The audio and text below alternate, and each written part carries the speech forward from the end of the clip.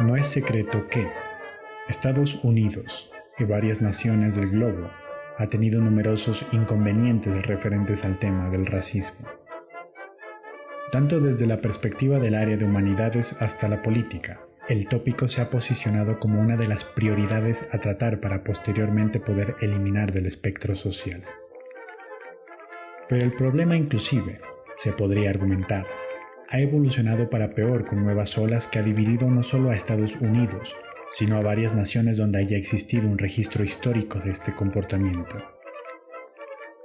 Dejando en claro lo anterior mencionado, la siguiente exposición intenta abordar desde una perspectiva general uno de los eventos relacionados a los disturbios raciales más grandes del siglo XX enfocado en los Estados Unidos, puesto que este país parece ser el que más visibilidad tiene en el globo con respecto al tema.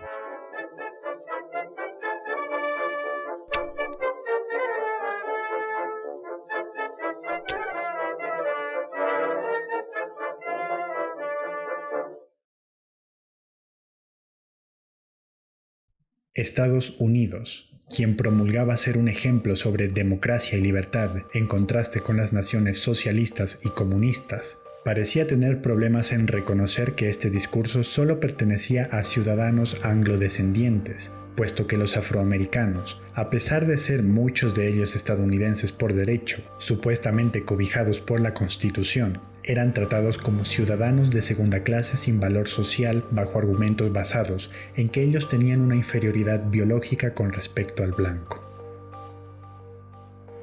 Aún con los estigmas que los afrodescendientes cargaban, sumado a ello las leyes de segregación de Jim Crow, estos tuvieron la obligación de servir al país en la Primera Gran Guerra, siendo desplazados bajo las órdenes de los franceses, puesto que sus compatriotas no sabían cómo proceder con ellos.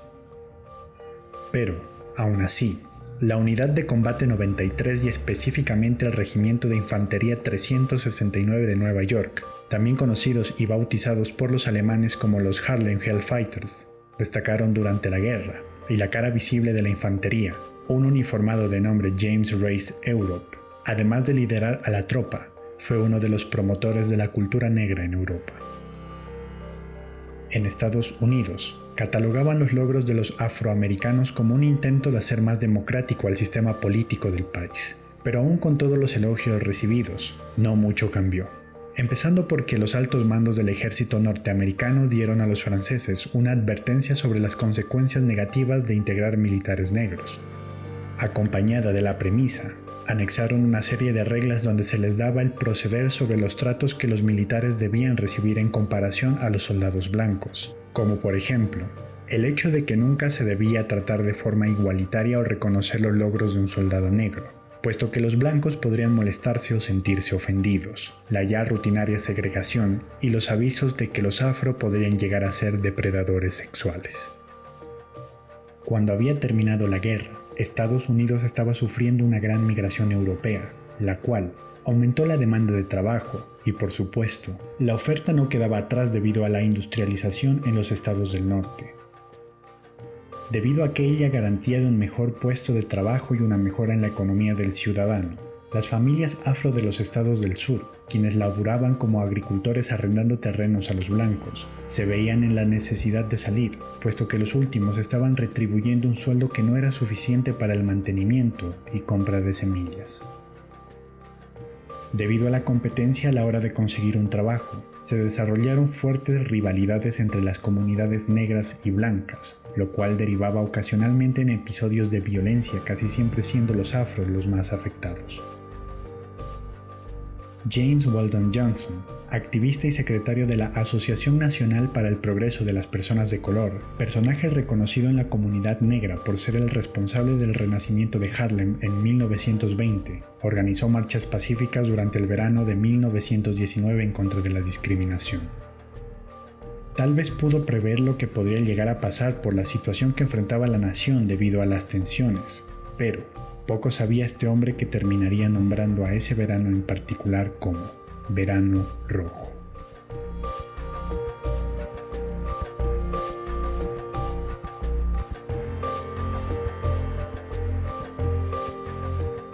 El mencionado Verano Rojo tuvo lugar en 33 zonas de los Estados Unidos, pero aquí están listados aquellos que fueron más significativos, ya sea por el número de víctimas, la magnitud o la trascendencia del mismo.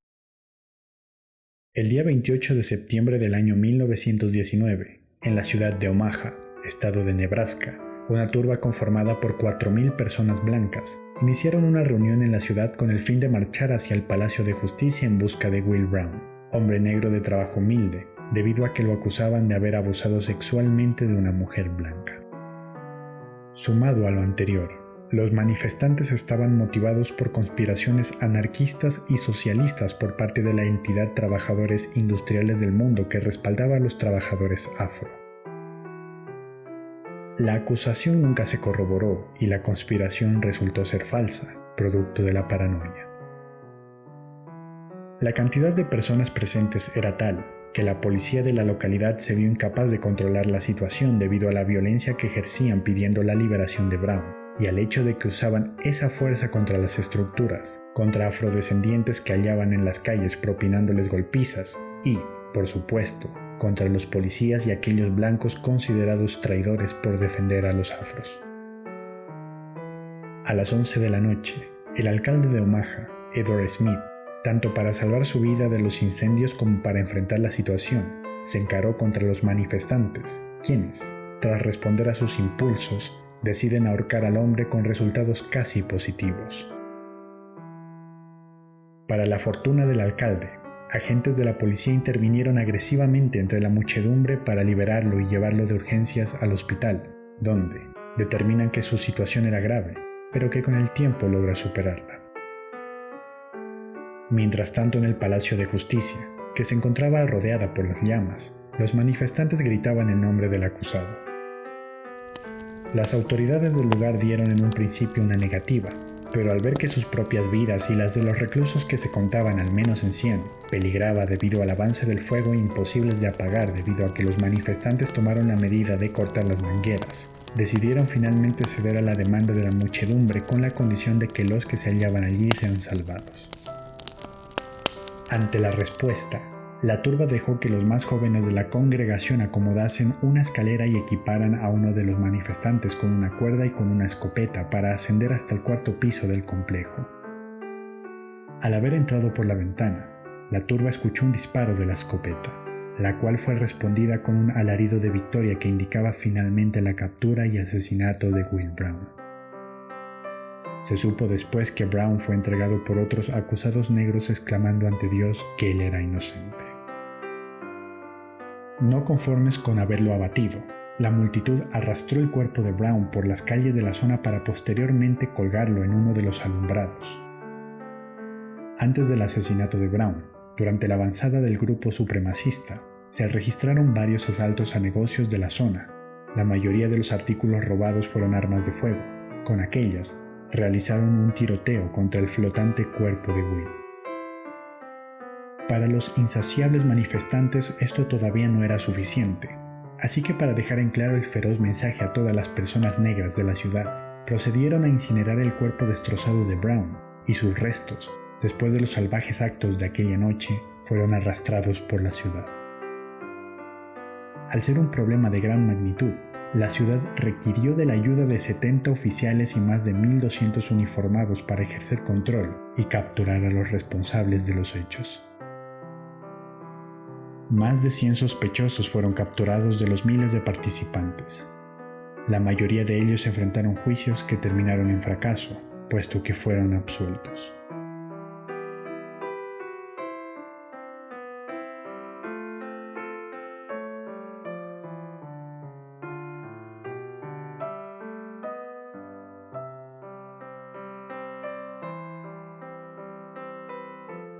En el condado de Phillips, en Arkansas, perteneciente a los estados sureños, los cuales eran exclusivamente rurales, las familias negras se dedicaban a la agricultura arrendando tierras a terratenientes blancos, y Elaine no era diferente a lo anterior descrito. El problema era que, para la comunidad negra aparcera, era cada vez más difícil desarrollarse económicamente. La razón se debía a que los sueldos de las plantaciones de algodón no eran consecuentes con su trabajo y, aunado a lo anterior, las deudas que tenían debido al encarecimiento de la semilla por parte de comerciantes blancos. Una vez identificado el problema, un hombre que en vida se llamó Robert Lee Hill fundó la Organización de los Agricultores y Hogares de la Unión Progresista de América. El objetivo de esta entidad era la reversión de la situación que padecían los agricultores afroamericanos. Para tal operación, empezaron por contratar los servicios de abogados blancos de Little Rock. Al no tener una formación, era necesaria su intervención, aunque claramente los supremacistas no lo vieron bien porque se podía considerar traición a la raza. Hill, siendo la cara del movimiento, realizó su recorrido por la zona delta de Arkansas para plantear una solución. El crecimiento del movimiento de Hill empezó a dar pie para el surgir de teorías conspirativas por parte de la comunidad blanca. Esto debido a que algunos de los miembros asistentes de las reuniones informaban a los terratenientes que se estaban planeando acuerdos con los propietarios de tierras para obtener mejores ingresos. La comunidad blanca dictaminó que este sindicato se fundamentaba en ideas socialistas y bajo esa creencia formaron una resistencia contra tal sindicato. El 30 de septiembre, mientras se celebraba una reunión de la organización, terratenientes y blancos en general irrumpieron en la iglesia, en donde 100 personas de la comunidad negra fueron agredidas.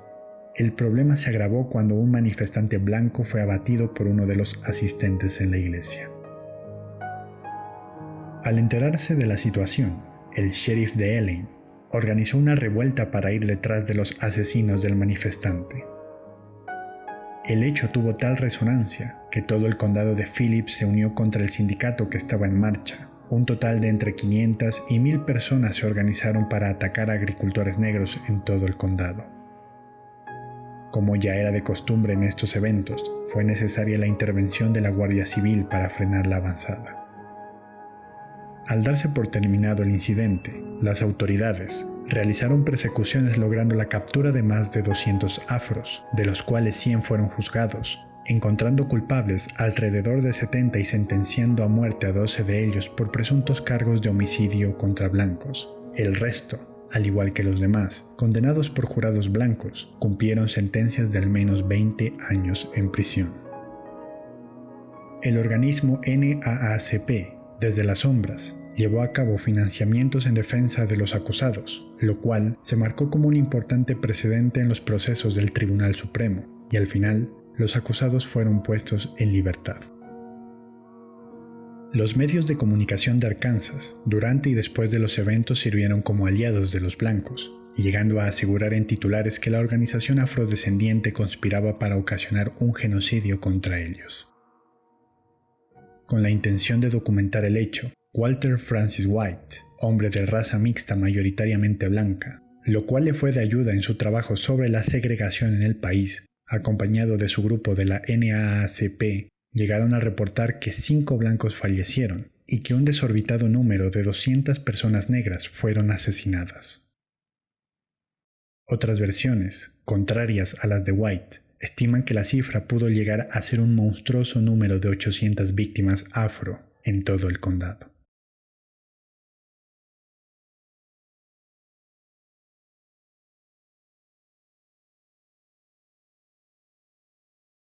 En Chicago, se registró el que históricamente es considerado el disturbio más violento del Verano Rojo, y al haberse desarrollado así, también marcó un precedente importante puesto que este fue motivo para dar paso a una mejora legislativa en torno a la segregación y discriminación. La historia empieza cuando un joven afroamericano que en vida se llamó Eugene Williams se encontraba junto con sus compañeros en las playas del llamado Southside de Chicago, donde mayoritariamente eran negros los que residían allí. El problema sucedió cuando los nadadores no se percataron de que estaban cruzando la invisible línea que separaba su territorio del de la comunidad blanca. Como era habitual, estos últimos se mostraron molestos con el hecho y de repente se encontraron lanzando piedras con el objetivo de desplazar a los invasores al lado de la playa que les correspondía. El problema se agravó cuando un hombre blanco lanzó una piedra con tal violencia que dio de lleno en la cabeza de Williams, dejándolo inconsciente, dando paso a su muerte producto del ahogamiento.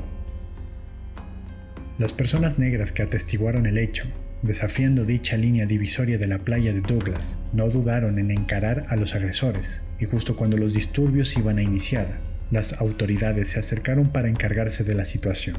Era 1919 para aquel entonces. La segregación racial era ley, así que ningún blanco enfrentó cargos, y así desplazaron la culpa sobre aquellos que atravesaron la línea a pesar de que el crimen del hombre blanco era más grave. Pero, aún con el cuerpo como evidencia, la comunidad blanca exigió a la policía que arrestase a una persona de la comunidad negra que cometió una infracción menor al no hallarse en el lado correcto de la playa, y estos, obedientes a la ley, cumplieron con el pedido. Resultó que este último acto del racismo alteró a los ya de por sí indignados manifestantes, desatando el episodio más violento del Verano Rojo.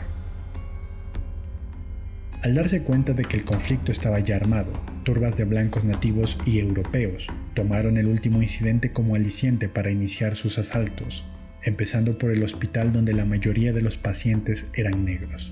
Aparentemente, los policías habrían facilitado la avanzada hacia la estructura. Durante la semana en la que se registró la muerte de Williams, la autoridad de la ciudad, ya casi acostumbrada a estos episodios raciales en el verano, tomaron prevenciones para intentar limitar los desmanes que podrían ocasionarse. Aun con dichas medidas, la ciudad presenció enfrentamientos en Southside, donde la comunidad blanca avanzó con el fin de ahuyentar a los afroamericanos. Con algunos funcionó, puesto que antes de que la violencia fuese a aumentar, tomaron transporte de vuelta al sur con sus familias. El resto de los residentes se quedaron para salvaguardar sus viviendas y negocios, pero, aún así, los extremistas lograron ocasionar varios incendios a residencias. La magnitud era tal que la prensa, con fecha del 31 de julio, registró un total de 30 incendios en el Cinturón Negro antes del mediodía. Como parte de la estrategia, los supremacistas blancos tomaron medidas extremas para llevar a cabo estos actos. Acordonaron el área para que los bomberos no pudiesen apagar los incendios. El resultado del proceder dejó al menos a 1,000 personas afro sin hogar, obligadas a volver al sur. Casi tan rutinario como la misma violencia, el alcalde de Chicago pidió el apoyo de la Guardia Civil para contener la situación, y cuando todo había terminado, las autoridades realizaron persecuciones para dar con los perpetradores del incidente, y de ser necesario, recurrirían a la pena capital para hacer justicia.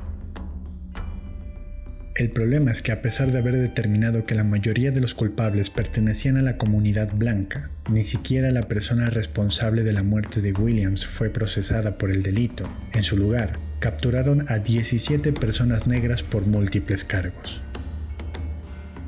Años más tarde, historiadores determinaron que la violencia de aquella semana en Chicago era inevitable, puesto que el latente conflicto entre afrodescendientes provenientes del sur e irlandeses, apoyados de inmigrantes europeos, por el trabajo en el norte, se estaba haciendo cada vez más presente por incidentes menores que daban pistas de lo que podría llegar a suceder, lo cual a su vez era sorprendente al ser Chicago una de las ciudades donde menos segregación había antes de 1915. Reportes confirman que en aquel entonces existía un club blanco conocido como Hamburg Athletic Club, del cual se cree que era manejado por integrantes del Partido Demócrata y tenía el objetivo de aumentar las fricciones entre las comunidades y lograr cometer algo como justamente sucedió en 1919.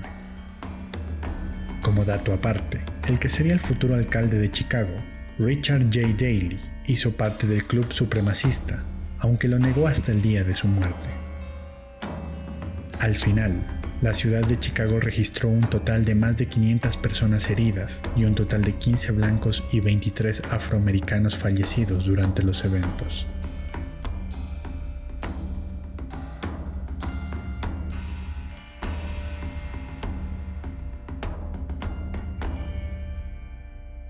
Después de los disturbios en Chicago, reconocido como el más violento del Verano Rojo, el presidente de aquel entonces, Woodrow Wilson, decidió promover una legislación cuyo fin sería el de reducir el odio racial en el país.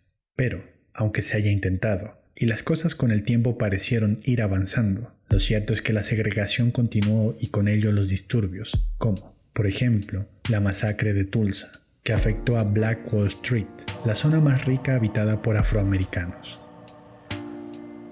Este hecho resultó en más de 800 heridos y al menos 36 fallecidos, entre ellos 26 negros. Hay que aclarar que son estimaciones, puesto que la Cruz Roja se negó a mostrar las verdaderas cifras que se especula son exageradamente más altas que las anteriores mencionadas. Por supuesto, y a causa de esas acciones, 1919 y parte de la historia estadounidense dejaron en jaque la idea de la libertad y la democracia de la que se enorgullecía el país. Como se dijo al principio, muchas naciones ostentan un récord en tanto a discriminación, especialmente en los Estados Unidos, donde, a pesar de existir una mejora significativa frente al asunto, el problema supo cómo evolucionar e irse actualizando a nuevas formas de discriminación. Dando un vistazo superficial a la época, muchos de los problemas pueden ser resumidos en el hecho de que los blancos tenían estas actitudes debido a la alta competencia laboral, pero eso sería limitar razones más grandes que tienen fundamento en el pasado de la esclavitud y en paradigmas que quedaron profundamente arraigados. Tenía tal magnitud que aquellos veteranos negros que tuvieron participación destacada en la Primera Guerra Mundial no fueron acreedores del necesario reconocimiento que les correspondía por derecho, y ni siquiera algo tan básico como el voto se les fue otorgado. Eventos como este influencian muchos campos, en particular la literatura, y uno de aquellos sonetos que quedó para la posteridad después del Verano Rojo y que marcó el despertar del nuevo negro en Estados Unidos, manifiesta: si tenemos que morir, que no muramos como cerdos cazados y acorralados en un lugar indigno, rodeados por la enloquecida y hambrienta jauría, haciendo burla de nuestro maldito montón. Si tenemos que morir, que muramos con nobleza, para que no se derrame nuestra preciosa sangre en vano, que aún los monstruos que desafiamos no tengan más remedio que honrarnos ya muertos. Oh hermanos, luchemos contra el mismo enemigo, aunque seamos menos, mostremos nuestra valentía y con sus 1000 golpes contestemos con uno solo mortal. ¿Qué importa si nos aguarda la tumba ya abierta? Enfrentémonos como hombres a la asesina y cobarde jauría, y contra la pared muramos, pero luchando.